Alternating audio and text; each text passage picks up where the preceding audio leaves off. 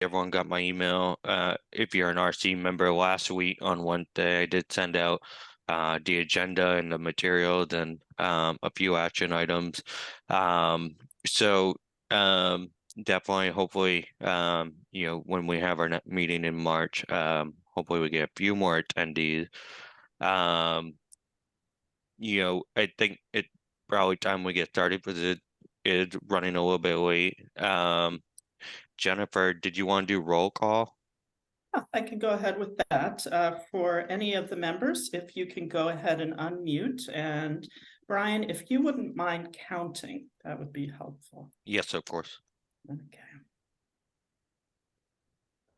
Just going to my list.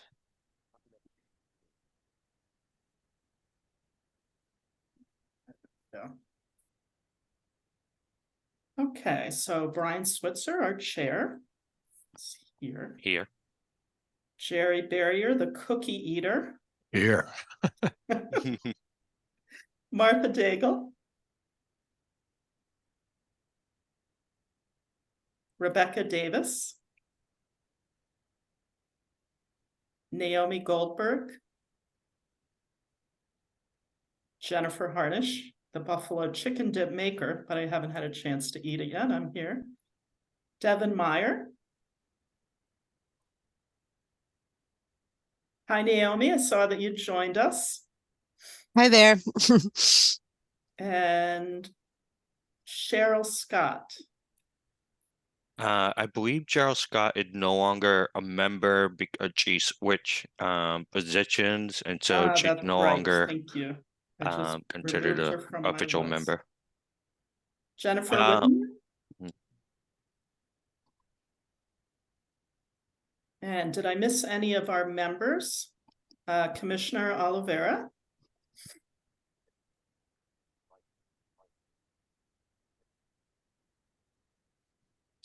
And is Oliveira. Priscilla on the call?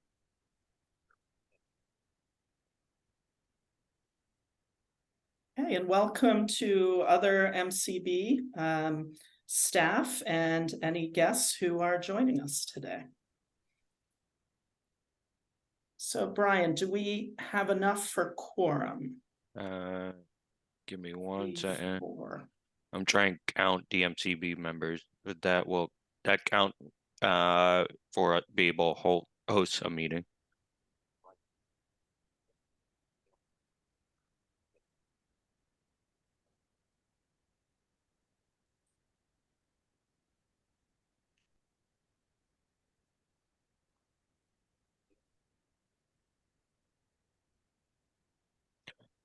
Including MCB staff, I have 7 members.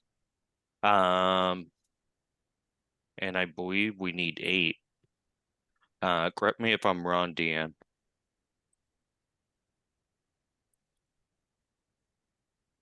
Is Deanne still on the call? Okay. Well, I'll keep a listen for anyone who might be joining us.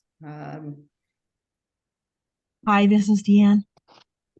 Hi, Deanne. How are you? I am good. All this talk about food, it got me. I was in the kitchen cooking some butternut squash soup. And Oh, I'm wonderful. doing double duty, so I was away from my laptop. So for the purpose of quorum, we would only count those people who are officially RC members, which would include the commissioner and Priscilla. And my guess is that if only 4, I was kind of tallying on my fingers as I was cooking. So it sounded like there were only 4 official members who are present, or 5 rather, 5 with Naomi. So my guess, I don't know exactly what your quorum or what your membership list is now, because I know there's been a little change and like Cheryl Scott has left, but you would have 5 towards whatever the total membership is of your current council. So you said members including Priscilla and the commissioner? Yep, they were count. So that would be 10 altogether. And Brian, our count is 5 So or 4? 5. Okay. And someone remind me what quorum is. Quorum is a majority of the official RC members So what is Um, 50%? It's just for voting, though. I mean, Yeah. yeah. Okay, that's fine. Yeah, I was thinking if we could vote on minutes and such. Yeah. All right, why don't we go ahead and move on then, Brian? And I'll make a Okay. note about our numbers today.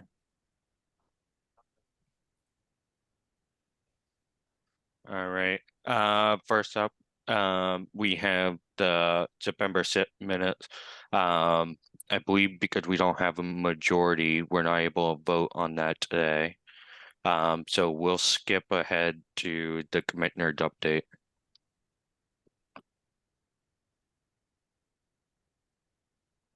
All right, good afternoon, everyone, and happy holidays to all as we close on that time of the year. And so we're busy here at MCB, bringing things up to speed. The media campaign that we had been running has closed.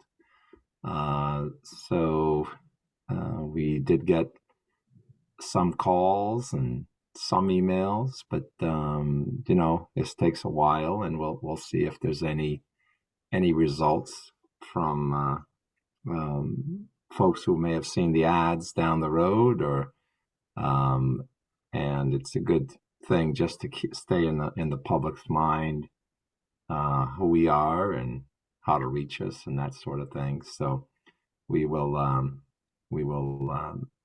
continue to watch that and see if anybody talks about the campaign that they may have seen that helped them direct them towards MCB, and that was the target, to bring employers to MCB, and you know, and also consumers. Although majority of our consumers come through their eye doctors, but there were some people that did call in and were curious about if they were legally blind, and you know, that they had a vision issue, and we referred them to their doctor, and they'll get registered if needed.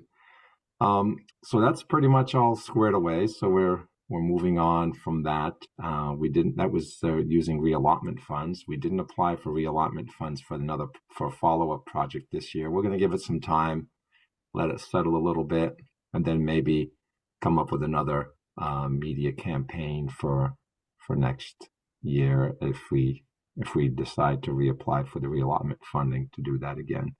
And if you guys have any ideas, then feel free to share that, and we can certainly incorporate that when it comes into reallotment time. So I'll just give you that way in advance. Reallotment requests usually come to us from RSA in July. So if you have any ideas, any programs, and reallotment funding is something that has a beginning and an end.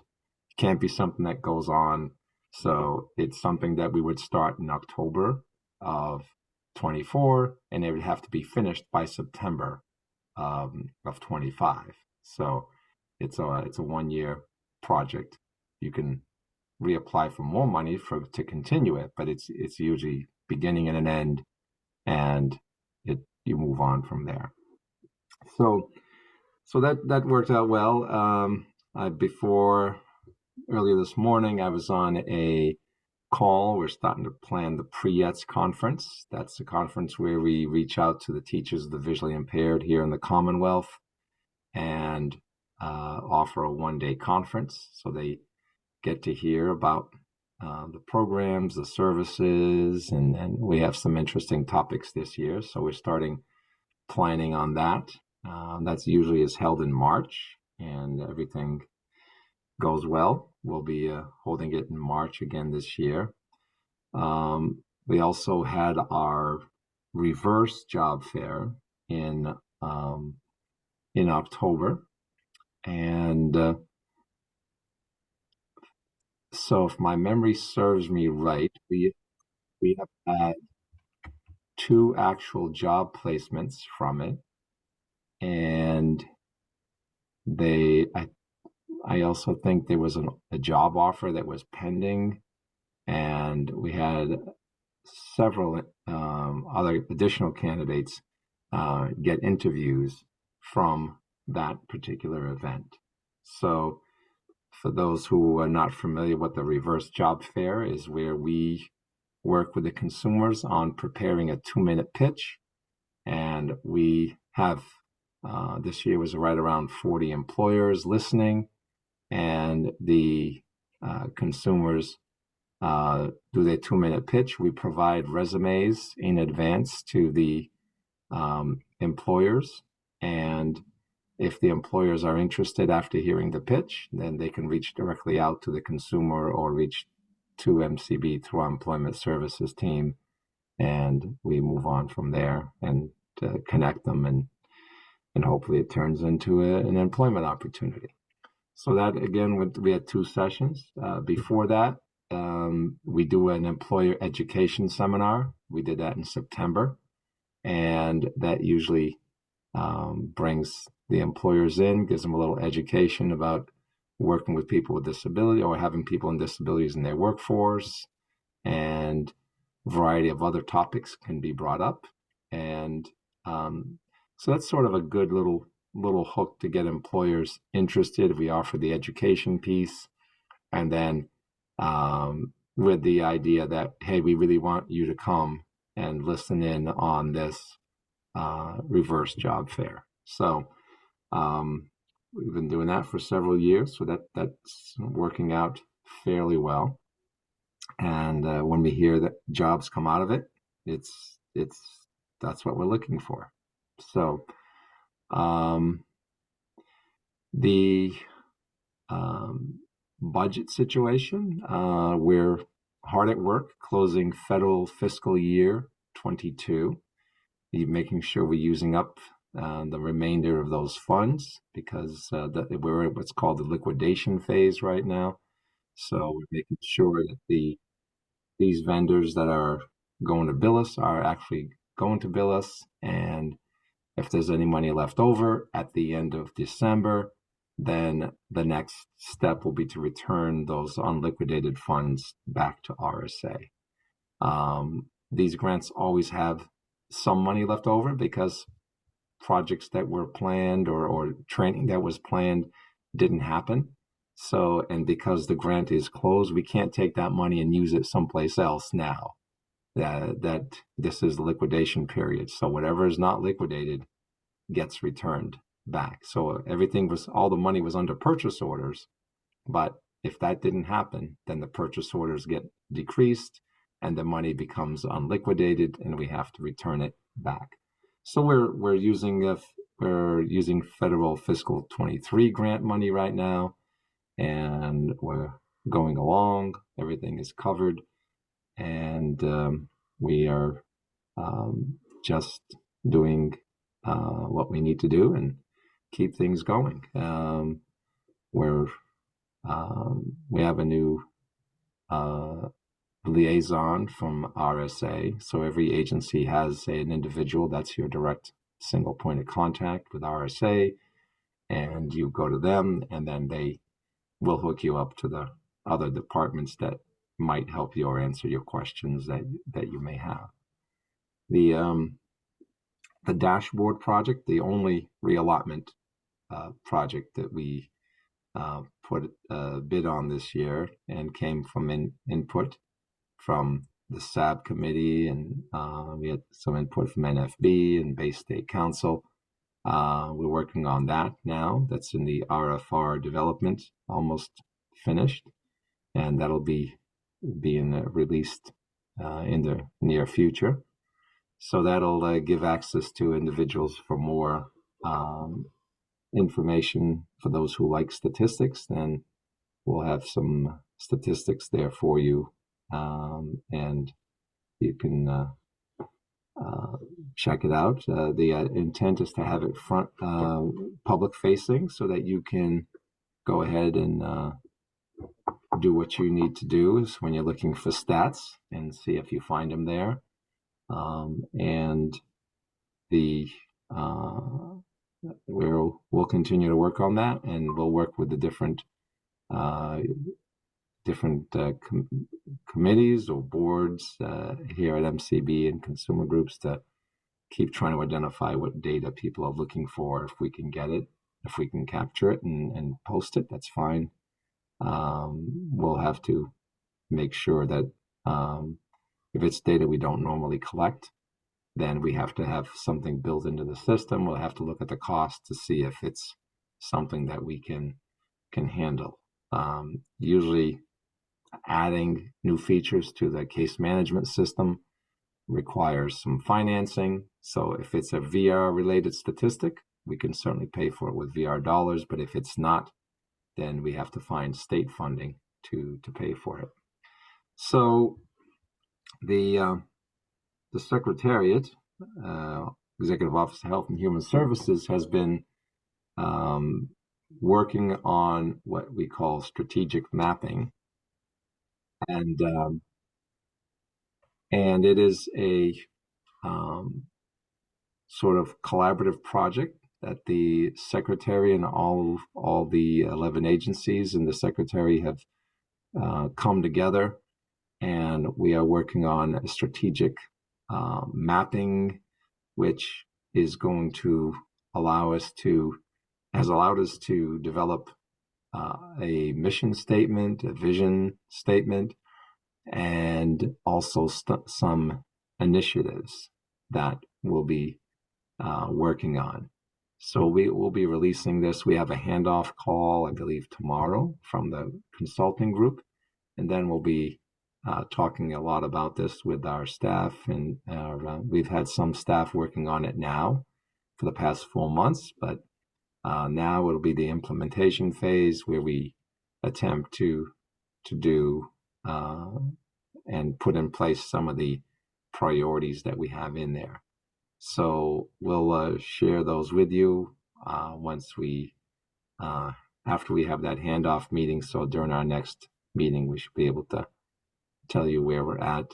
There'll be quarterly meetings set up at the Secretariat level that we'll have to report out on, see how we're doing, see how things are going, maybe get some advice from other folks in the group if something is stuck or should be changed a little bit. Then we'll attend those meetings and do the best we can to keep things going forward. So the Secretary is pretty excited. A lot of the agency heads are pretty excited that it's a different type of project. So we're looking forward to tackling it and see what we can do and make the best of it. I don't have anything that I can want to share with you, but if you have any questions, I'd be glad to answer them. Yeah, that sounds great. Thank you, Commissioner. I did have a quick question. The strategic mapping, is it to further collaboration across government agencies? Is that the purpose? Is that why? Yeah, you got that right. That's to continue to make sure, because we serve, many of our agencies serve the same consumers in different ways. So we may serve someone here, but they also have mass health, and so they're served by them, and there might be a DDS consumer, or they might be getting some DTA benefits. So there many of us cross paths here. So it's first to implement these internally, but the priorities also lead us to connect to each other so that we can make better referrals and be more aware of each other and what how we are serving the consumers and that sort of thing. So yes, collaboration of agencies is really big, and that's definitely a large priority of all of us to work more together. We work with a bunch now, but we're going to see what else we can do and keep working together. That's fantastic. I know at our last meeting we talked about returning RSA funds and how that would impact FY24 coming up. There was an announcement of a fine. Is that in addition to the funds being returned to RSA, or is that the same lump of sum? No, it's different. So funds that are returned to the agency are to the RSA are funds that we were not able to liquidate or use. So therefore, we have to return that leftover money. The maintenance of effort is funds that will be removed from the coming fiscal year 24 grant. So that's additional funding. You cannot charge from one grant year to another grant year. So therefore, whatever is not liquidated must be returned. And a lot of that money that they use, that's what they put the reallotment dollars back. I mean, RSA gets hundreds of millions of dollars back every year from the 80 or so programs around the country. So it's not unusual, and it's probably more usual that every agency returns some kind of funding because that just didn't use it or had been encumbered and was not able to be liquidated and was released so that it can be returned back to that agency in Washington. Fantastic. So we haven't received federal VR grant yet for 24 because there is a budget issue in Washington, and so they've passed 2 continuing resolutions. So the 1.4 million maintenance of effort issue is being assessed on that, but that's fine because we have plenty of 23 money that we must use. And so therefore, it works out just fine, and everything is running smoothly and without any glitches. So sometime in 24, early 24, probably February, we'll finally, when the budget is finally put in place for the rest of the year, we will at that point receive the notice for our VR grant, telling us how much money, the normal grant and minus the maintenance of effort, and then we'll get that in allotments as they usually hand it out. But so that'll just flow right into the next year's expenditures of the agency. So we're like I said, there's no impact on programming. Everything is running smooth, and we're doing our day-to-day operation here.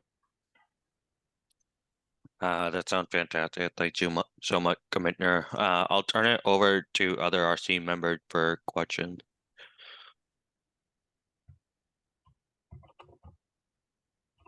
Commissioner, this is Jennifer. I'm just wondering what the status is of hiring a deputy commissioner.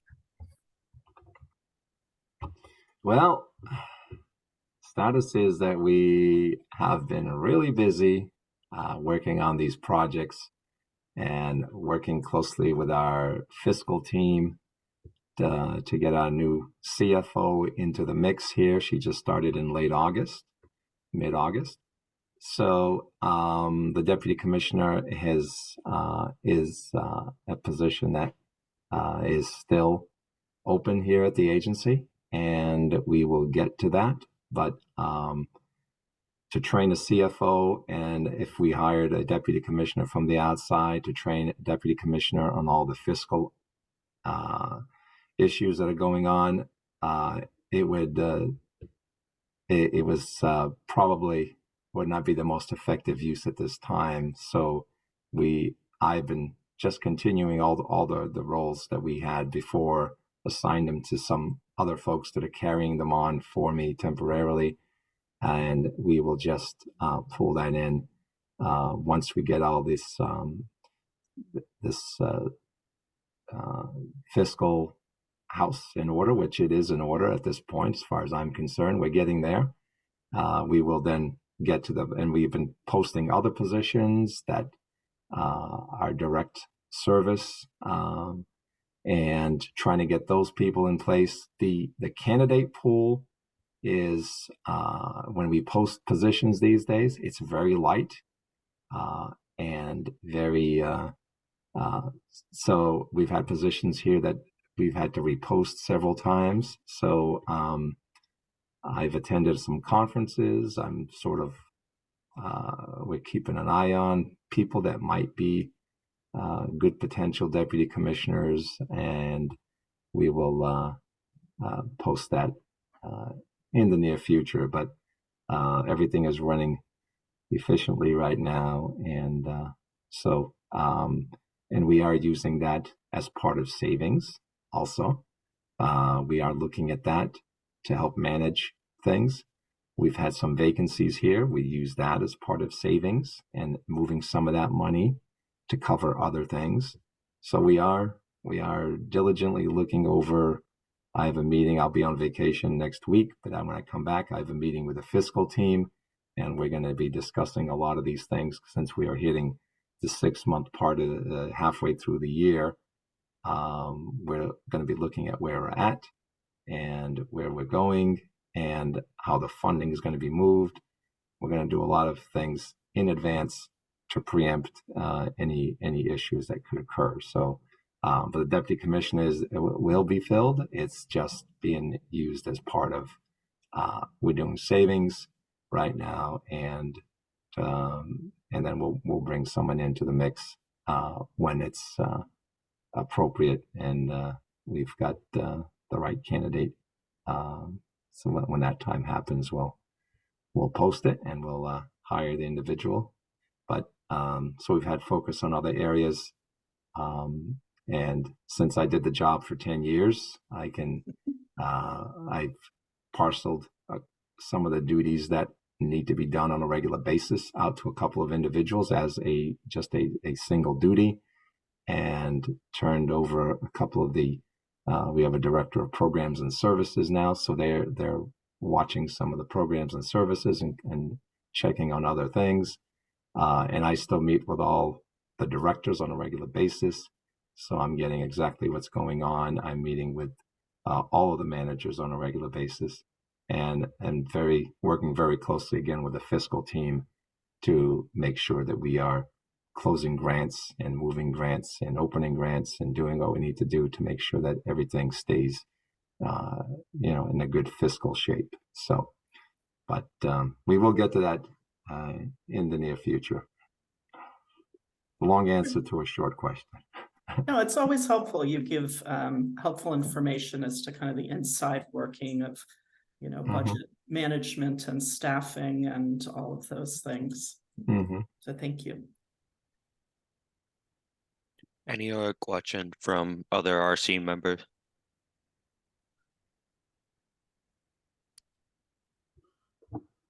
Fantastic. I appreciate that insight into the deputy commissioner position, and hopefully eventually it will be filled.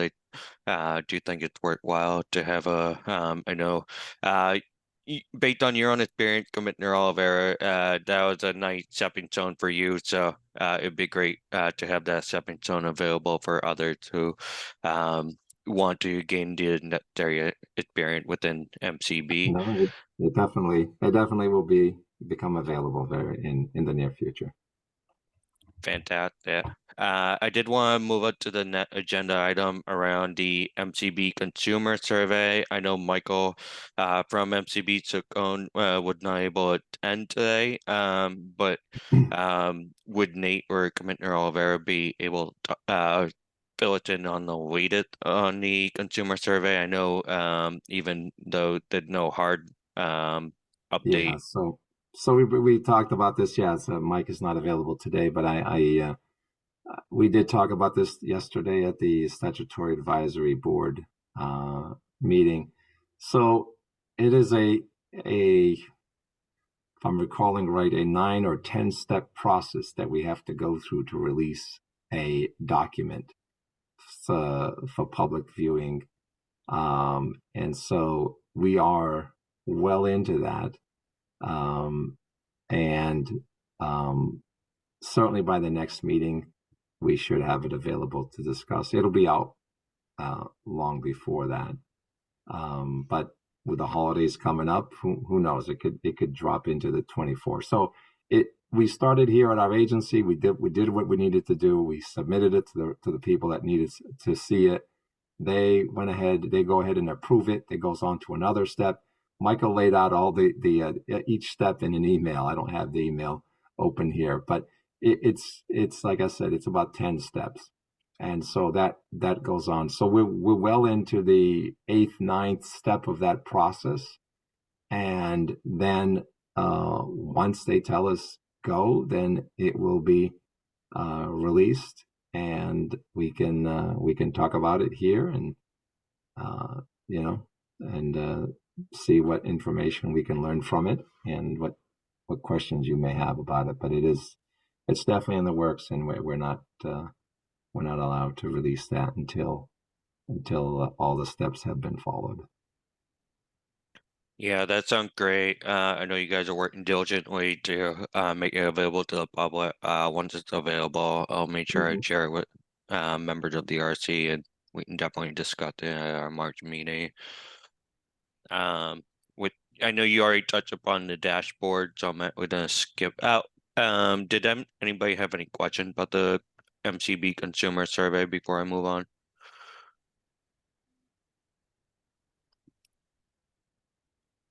Awesome. We did touch on the dashboard during your update, so I'll turn it over to Nate for the WIOA or WIOA, the latest with the state plan. Thanks, Brian. Yeah, we're in the process of updating the WIOA state plan. It is quite the process we go through. And for those of you that might not be familiar with WIOA, basically it replaced the Workforce Investment Act of 1998. WIOA stands for Workforce Innovation and Opportunity Act.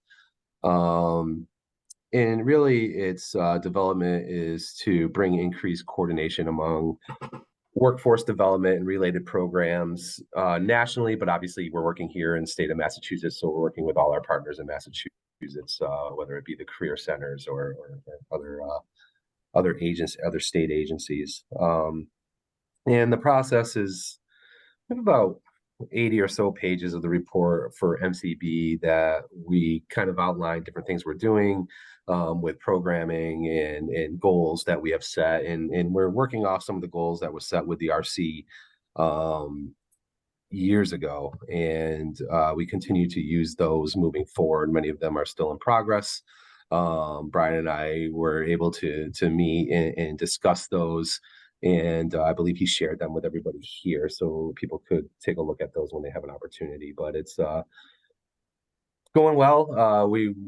John and I finished up the updates for the most part earlier this week, and I think we're in a good place with it. So it's something that we will discuss going forward in these RC meetings about benchmarks and where we are, and I'll be providing updates as we move forward going on in the fiscal year. So we'll definitely be part of the agenda moving forward. We'll talk about what the main goals are, what those 5 goals are, and I can read through them briefly for you now if you would like, and where we are and what we're trying to achieve moving forward to make sure that we're achieving those goals.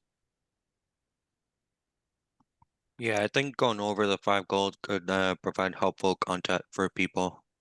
Yeah, I'm going to read through them real quick. The first goal is to have sufficient resources to serve all eligible individuals as measured by the Rehabilitation Council annual evaluation of the agency's progress.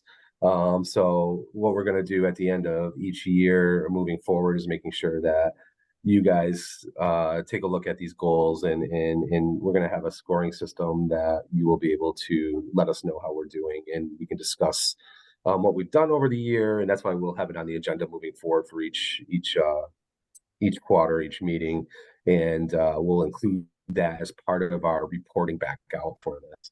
The second one is to develop more employment options for VR consumers, including supported employment. The third one is increase outreach to enroll additional eligible VR consumers statewide, based on estimates that a significant number of qualifying consumers are not presently enrolled.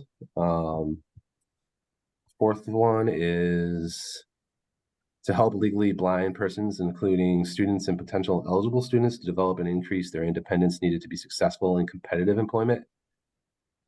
And the fifth one is increase the effectiveness and efficiency of vocational rehabilitation service delivery.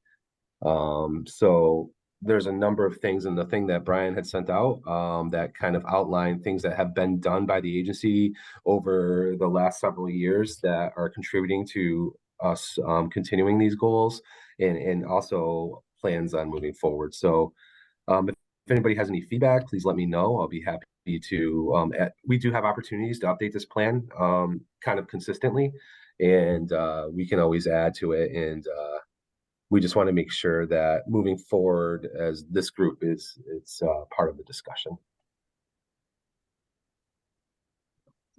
That sounds great. I know I mentioned to you as part of the vocational rehabilitation goal that we should incorporate some language around remote and hybrid work options, and ensuring that people are prepared for those options. As everyone knows, post-pandemic that has increasingly been part of the new work reality. So I had made that suggestion, and I hope others will reach out to Nate or myself if they have anything else to add. Any question from RC members?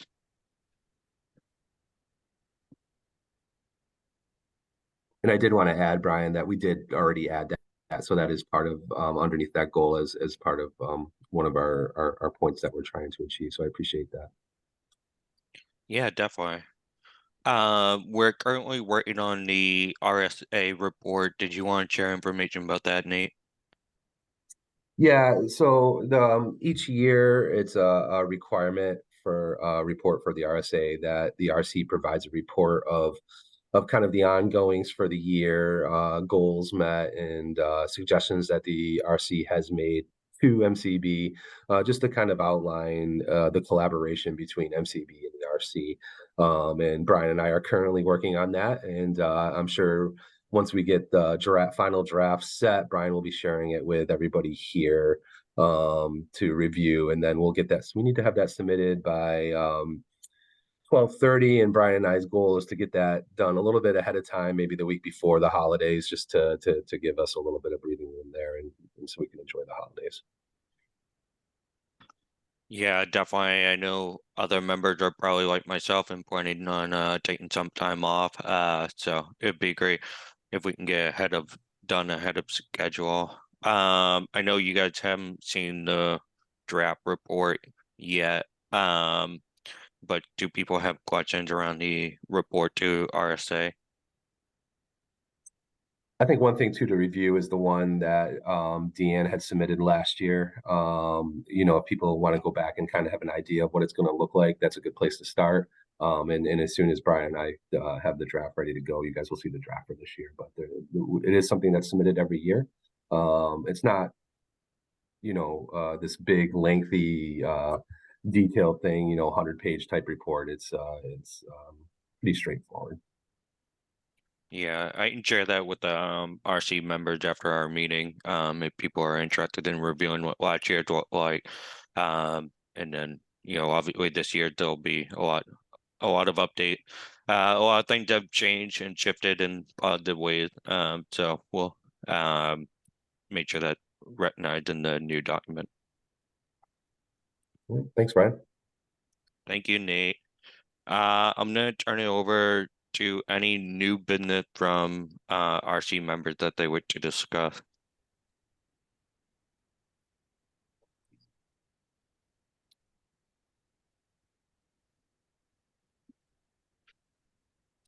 All right. Not hearing anything. I'm gonna turn it over to the public comment section. Does anyone from the public have anything that they wish to share?